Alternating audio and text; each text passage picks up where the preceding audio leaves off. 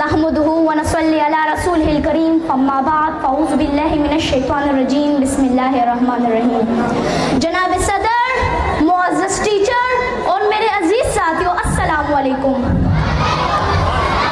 آج مجھے جس موضوع پر لب گشائی کرنے کا موقع ملا ہے وہ ہے ذکر حبیب صلی اللہ علیہ وآلہ وسلم۔ جہاں ذکر حبیب ہوتا ہے وہاں خود خدا بھی قریب ہوتا ہے۔ جہاں ذکر حبیب ہوتا ہے وہاں خود خدا بھی قریب ہوتا ہے۔ ان کی محفلوں میں بیٹھنے والا خوش نصیب ہوتا ہے۔ جناب صدر، رب کائنات نے اپنا پورا قرآن اپنے پیارے حبیب جناب محمد صلی اللہ علیہ وآلہ وسلم کی شان میں نازل فرما دیا۔ جب ہم خدا کی اس مقدس کتاب قرآن مجید کی تلاوت کرتے ہیں تو ہمیں پتہ چلتا ہے کہ اس میں کہیں نبی کی رسالت کے تذکرے تو کہیں نبی کی نبوت کے تذکرے، کہیں مصطفیٰ کی رفعت کے تذکرے تو کہیں عصمت کے چرچے، کہیں ان کی یاروں کی باتیں تو کہیں ان کی جانثاروں کی باتیں، کہیں ان کی جمال باتیں تو کہیں مدثر تو کہیں طٰہٰ کہتا ہے تو کہیں یاسین۔ اللہ تعالیٰ نے اپنا پورا قرآن اپنے پیارے حبیب صلی اللہ علیہ وسلم کی شان اور عظمت میں نازل فرما دیا۔ اسی لیے تو شاعر کہتا ہے، نگاہ عشق و مستی میں وہی اول وہی آخر، نگاہ عشق و مستی میں وہی اول وہی آخر، وہی قرآن وہی فرقان وہی یاسین وہی طٰہٰ۔